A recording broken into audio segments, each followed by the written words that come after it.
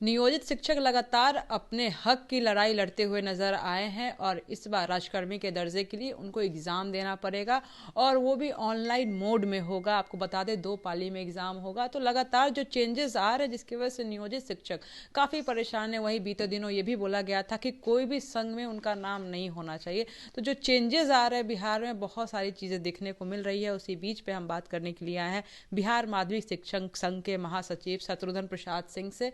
हम जुड़ते हैं और हम जानते हैं क्या कुछ इनका कहना है। सर, पहले जिस तरह से नियमावली लाई जा गई है उसके बाद ये बोला गया है कि एग्जाम देंगे, ऊपर से ऑनलाइन एग्जाम देंगे, तो ये चेंजेस बार बार क्यों आ रहे हैं?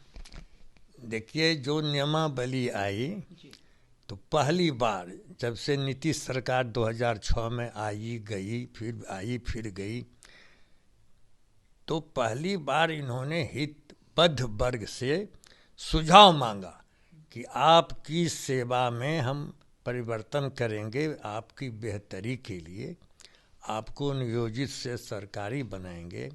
तो इन्होंने भारत के संविधान 309 जो अनुच्छेद है उसके आधार पर केंद्र की सरकार अथवा राज्य सरकार को अपने कर्मियों के लिए नियम बनाने का अधिकार है। 309 में जो नियम बनेगा उसका अर्थ है कि सरकारी कर्मचारी के लिए बन रहा है। और लगभग 1 लाख लोगों से सुझाव प्राप्त किया इन्होंने, 1 लाख लोगों से, और तमाम को रद्दी की टोकरी में फेंक दिया। प्रारूप जो प्रकाशित किया शिक्षा विभाग ने, उसके खिलाफ उन्होंने मंत्रिमंडल में नियमावली भेज दिया। प्रारूप में कुछ है और नियमावली पास कुछ करवा दिया। तो पहली गलती तो यह हो गई।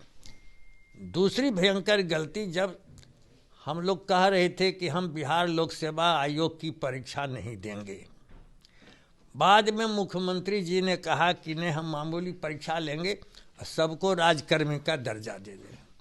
तो हमने अपने शिक्षकों को तैयार किया।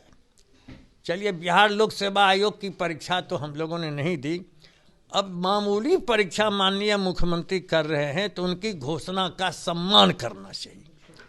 तो उनकी घोषणा के सम्मान में हमने शिक्षकों को राजी कर दिया। अब विभाग ने क्या कर दिया कि नहीं, आप जब परीक्षा के लिए आवेदन पत्र भरिए तो 3 जिले का विकल्प दीजिए।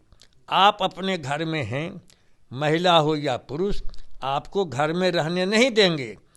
आपकी बूढ़ी माँ, बीमार बाप, बाल बच्चे, नवजात शिशु को गोद में लेकर के गोपालगंज से किशनगंज जाना पड़ेगा, पटना से ससराम भेज देंगे।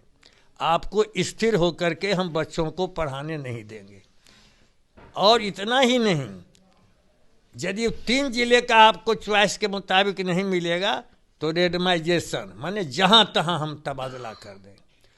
हम 3 जिले का जो विकल्प देंगे तो हमारे सामने हमारे विषय की तो रिक्ति रहेगी नहीं, अंधकार में हम कहाँ कैसे चॉइस दे दें। और उसके बाद नियम के विरुद्ध कह दिया कि हम ऑनलाइन परीक्षा लें। हमारे शिक्षक विषय शिक्षक हैं, कंप्यूटर शिक्षक सभी नहीं हैं। इसलिए हमने इसका विरोध किया। जब हम मान गए कि मामूली परीक्षा देंगे तो यह स्थानांतरण कहाँ से ले आए? यह सामूहिक तबादला, यह दंड है, यह सजा है नियोजित शिक्षकों के लिए। इसलिए हमने विरोध किया माननीय मुख्यमंत्री को, और 2 शिक्षा मंत्री चले गए। कुछ दिन के लिए आलोक जी आए थे, चंद्रशेखर बाबू आए थे, सब हमसे सहमत थे कि नहीं, ऐसा नहीं होगा, नियोजित शिक्षकों का सम्मान किया जाए।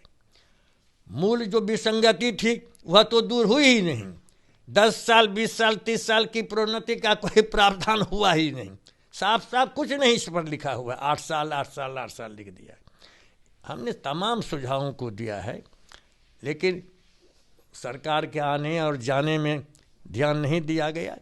अब सरकार 12 को विश्वास मत प्राप्त करे। हम चाह रहे हैं कि इसके पहले आप आवेदन पत्र जो भरना शुरू है, अभी परीक्षा है, 2 परीक्षाएं हैं। इंटर की परीक्षा चल रही है, मैट्रिक की चलेगी, उसका मूल्यांकन होगा। हजारों प्राथमिक, माध्यमिक, उच्च माध्यमिक शिक्षक वीक्षण कार्य में लगे हुए। उत्तर पुस्तिकाओं का मूल्यांकन की व्यस्तता अलग से होगी, अनिवार्य व्यस्तता है। तत्काल आप इस तिथि को रोक दीजिए, परीक्षा की घोषित तिथि स्थगित करिए, आवेदन पत्र भरने का स्थगित कीजिए और तब शांतिपूर्वक बैठिए, विसंगतियों का संशोधन कीजिए।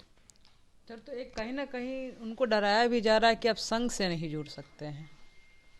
भारत का संविधान कोई बदल ही नहीं सकता है। एक पदाधिकारी की क्या हैसियत है, कोई मुख्यमंत्री, शिक्षा मंत्री।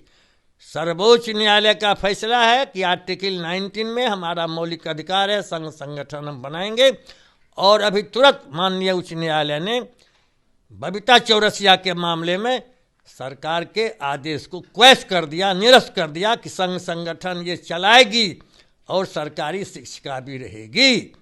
यही हम लोगों का पहले से कहना है।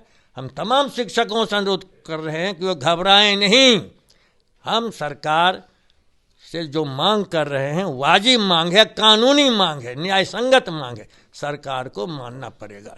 बिल्कुल। तो देखिए किस तरह से साफ तौर पे बातें निकल के सामने आ रही है कि राजकर्मी के दर्जे के लिए जो जितने भी तरीके की चीज़ें सामने आ रही है, ऑनलाइन मोड में एग्ज़ाम हो रही है या फिर संघ में आप नहीं जुड़ सकते हैं, तमाम मुद्दों पर हमसे बात करने के लिए शर्त है। और क्या कुछ बोले आपने भी सुना, तो देखना रहेगा कि राजकर्मी के दर्जे के लिए शिक्षक किस तरह से परेशान होते हैं और क्या कुछ नतीजे निकल के सामने आते हैं। बने रहे कोशिश न्यूज़ के साथ, मैं काजल सर्वेश।